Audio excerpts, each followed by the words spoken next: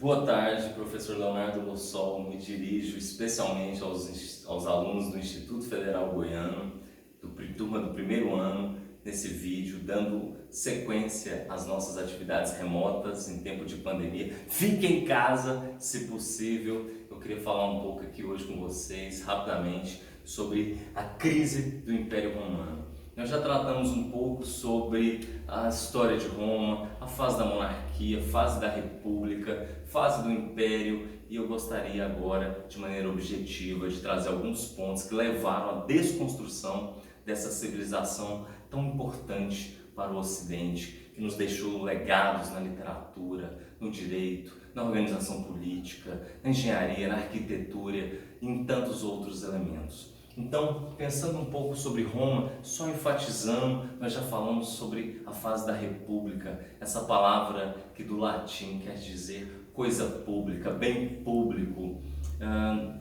E recapitulando, falamos sobre os constantes conflitos entre patrícios, plebeus, escravos. De fato, a sociedade romana foi marcada por expansão e por conflitos. E tinha na força militar, no exército, uma das principais instituições que permitiu o avanço, o desenvolvimento de uma cidade para um vasto império. Então, quando nós tratamos sobre o início da fase imperial de Roma, em 27 a.C., com o primeiro Caio Otávio, o primeiro imperador, algo que enfatizei com vocês foi sobre o que se chamou de Pax Romana, essa fase gloriosa, essa fase em que Roma contém um pouco aquele ímpeto expansionista e passa a lidar com os seus domínios dentro das suas fronteiras. Roma que havia atingido uma espécie de uma hegemonia, sobretudo nos arredores do mar Mediterrâneo. Então Roma, diante de um vasto comércio, vários povos submetidos aos domínios romanos, atravessando aí do norte da África,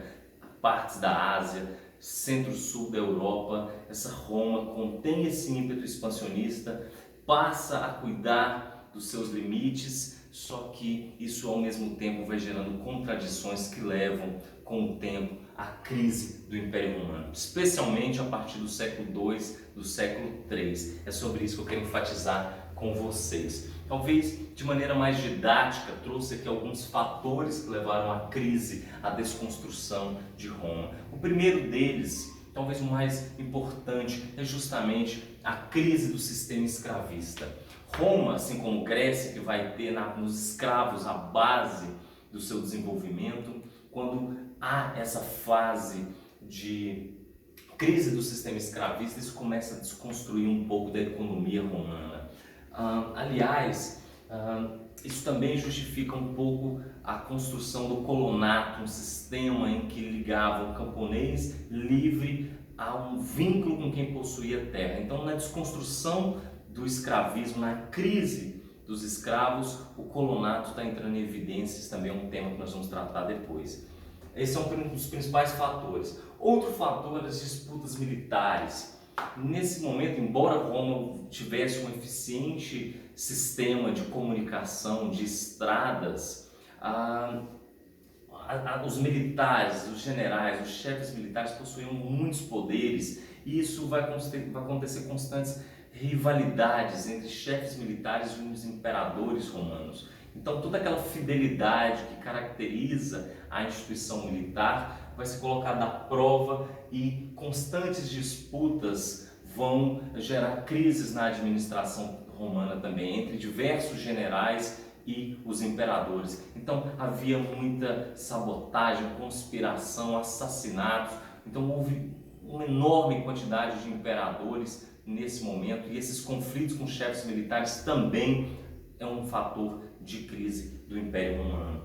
E aí também esses conflitos internos que eu destaco aqui, principalmente aqueles conflitos constantes entre patrícios e plebeus. Porque lembrem-se, embora a fase da República é uma fase de expansão e de prosperidade, ao mesmo tempo isso vai gerando crises de desigualdade. Então, os conflitos internos entre patrícios e plebeus são importantes para entender a crise do Império Romano. Destaque também o cristianismo.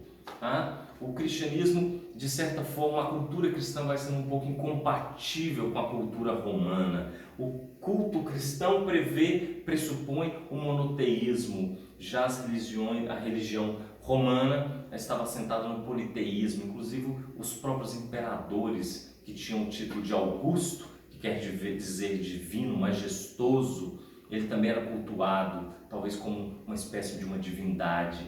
Então, vai acontecendo aos poucos um processo de conflito cultural, religioso, com o advento do cristianismo. E aí lembrar dessa fase de perseguições, o cristianismo vai ser muito perseguido, sobretudo por volta de 60 depois de Cristo, no calendário cristão, até pelo menos 313, é uma fase de muita perseguição. Porque em 313, com o imperador Constantino, vai ser decretado o Édito de Milão, o documento de Milão, que permite o culto cristão. O próprio imperador Constantino vai se converter ao cristianismo e isso vai estimular a difusão do cristianismo. Essa difusão, essa ascensão do cristianismo em Roma, ela talvez tenha o seu ápice aí com o Édito de Tessalônica, decretado pelo imperador Teodósio. E aqui sim, com esse édito, o cristianismo passa a ser religião oficial. Então perceba, uma religião que foi muito perseguida, de repente ela agora vai se tornando oficial e os demais cultos é que vão ser perseguidos desde esse momento. Então perceba, a colaboração do cristianismo com os fatores da crise é justamente esse descompasso entre a cultura cristã e a cultura romana. Lembrar também o imperador Teodósio, já nesse momento de crise, vai dividir o império para melhor administração entre Roma ocidental e Roma oriental, que vai ter sua capital em Constantinopla. Por conta do Constantino, vai ser caracterizado como o Império Bizantino, essa Roma oriental. Porém, essa Roma ocidental, que é a parte principal na Europa, onde atualmente hoje é a Itália, que vai ter esse o centro do Império Romano, vai ser constantemente ainda atingida por uma sucessão de crises, como estamos falando. E aí, pessoal, pensar nisso como um processo, como está ficando claro, é um processo que leva às crises. Talvez o auge, o ápice, vem justamente com as sucessivas invasões germânicas. Lembrem que os germânicos os romanos chamavam os demais povos que viviam para além das fronteiras romanas de bárbaros, mas esse é um termo tanto quanto pejorativo, preconceituoso. O ideal é referir a esses povos como germânicos, anglos, saxões, godos, visigodos, ostrogodos, lombardos, suevos, francos, são todos alguns dos povos germânicos que habitavam as fronteiras para além do mundo romano. Então Roma, que sempre teve conflito com esses povos, nessa fase aqui aproximando do século V, essas invasões vão ficar mais constantes. E para ir concluindo, um dos últimos episódios, havia um povo vindos da Ásia, os hunos. Tem até um clássico filme, Átila, o rei dos hunos. Então os hunos da Ásia para o centro da Europa, e os povos germânicos, temendo os povos hunos, eles vão se sentir encurralados e ficar diante do seguinte dilema: enfrentar os hunos, esses povos de tradições guerreiras, ou invadir os domínios romanos, essa Roma já em decadência. E os germânicos vão optar pela segunda opção, e vão começar uma nova onda de invasões ou de ocupações no Império Romano. E em 476, o último imperador romano, Rômulo, ele vai ser deposto, e isso marca de uma maneira geral o fim, a crise, a queda do Império Romano. Tá bom? Então, são rápidos fatores aqui distribuídos de maneira didática para complementar nossos estudos. Tá certo? Eu fico por aqui. Até a próxima.